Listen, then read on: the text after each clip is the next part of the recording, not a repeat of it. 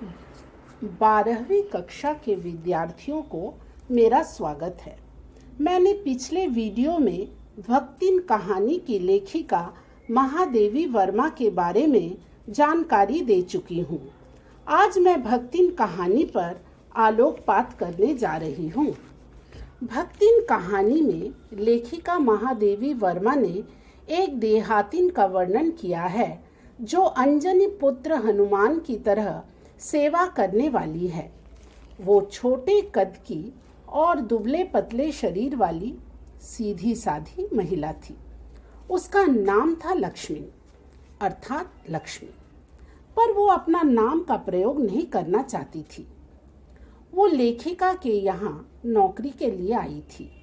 लेखिका ने उसकी कंठी माला देखकर उसका नाम लक्ष्मी के स्थान पर भक्तिन रखा। ये सुनकर वो खुश हो गई। लेखिका ने उसके जीवन को 4 भागों में बांटा है। पहले भाग में उसके माता पिता और विवाह के साथ उसके दुखों का वर्णन है। झूसी गांव में वो एक वीर की इकलौती बेटी थी। उसकी सौतेली माँ उससे जलती थी। 5 वर्ष की आयु में ही उसका विवाह एक ग्वाला से हुआ जो हाड़िया नामक गांव में रहता था। वो सबसे छोटी पुत्रवधू बनी। 9 वर्ष की आयु में उसका गौना होने के बाद वो ससुराल में रहने लगी। उसके पिता बीमार थे तो उसकी बीमाता ने उसके पास कोई सूचना नहीं भेजी। जब उसके पिता की मृत्यु का समाचार आया तो सास ने उसे बिना कुछ बताए उसको नैहर भेज दी। वहां जाकर जब उसे पता चला तब वो बहुत दुखी हुई और वापस ससुराल आ गई। अपने पति को खरी खोटी सुनाई। दूसरे भाग में दुखों एवं कष्टों को झेलती हुई भक्तिन के गृहस्थ जीवन को दर्शाया गया है। उसने एक के बाद एक 3 कन्याओं को जन्म दिया। सास और जिठानियों के लड़के होने के कारण उसे उनकी उपेक्षा ही नहीं सहनी पड़ी, अपितु घर का सारा काम भी करना पड़ता था। उसका पति उससे बहुत प्यार करता था, इसलिए वो सब सहन कर लेती थी। पति पत्नी कठिन परिश्रम करके प्रतिष्ठित हुए। बड़ी बेटी का विवाह धूमधाम से किया गया, पर 36 वर्ष की आयु में ही उसके पति का देहांत हो गया। जीवन के तीसरे भाग में भी दुर्भाग्य उसका पीछा नहीं छोड़ा।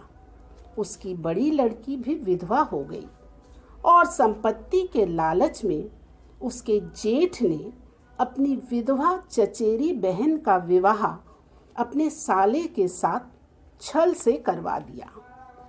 दामाद काम नहीं करता था। घर की समृद्धि जाती रही और विवश होकर भक्ति को कमाई के लिए शहर आना पड़ा। जीवन के चौथे भाग में वो लेखिका के पास नौकरी के लिए पहुंची। महादेवी वर्मा की सेविका कम और अभिभाविका के रूप में अपना परिचय दिया। लेखिका के साथ वो छाया की तरह रहती थी।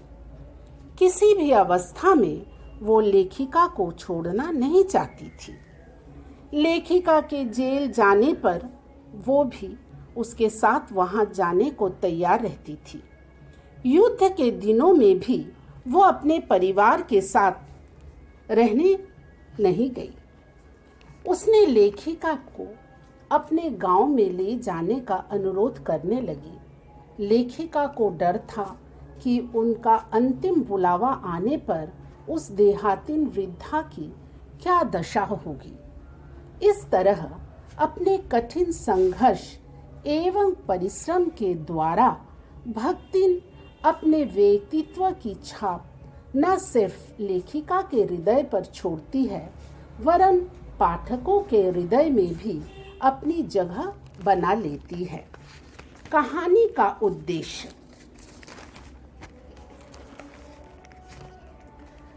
भक्तिन कहानी के माध्यम से लेखिका ये कहना चाहती है कि आजकल के ज़माने में ऐसे लोग हैं जो निस्वार्थ सेवा करते हैं। अंजनी पुत्र हनुमान श्री राम का भक्त था। सेवा उसका धर्म था। वो निस्वार्थ सेवा करता था। हनुमान जैसी सेविका भी लक्ष्मी थी। लेखिका ने उसका नाम भक्तिन दिया था। वो एक ग्वाला की बेटी थी। उसे जीवन में दुखों का अंत नहीं था।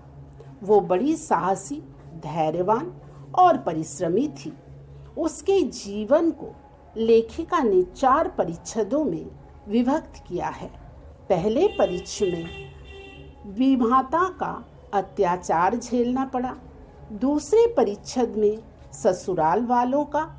तीसरे परिच्छद में पति की मृत्यु, जमींदार का अत्याचार। चौथे परिच्छद में वो लेखिका के पास आती है और लेखिका की सेविका बन जाती है। इस प्रकार हम देखते हैं कि भक्तिन की जीवन की कठिनाइयों को दर्शाना एवं उसके सेवा धर्म पर प्रकाश डालना लेखिका का उद्देश्य है। अब आप लोगों को मैं कुछ शब्दार्थ दे रही हूँ, उसका अभ्यास कीजिएगा और साथ में कुछ प्रश्न भी दिए गए हैं जिनको आप लोग लिखिएगा।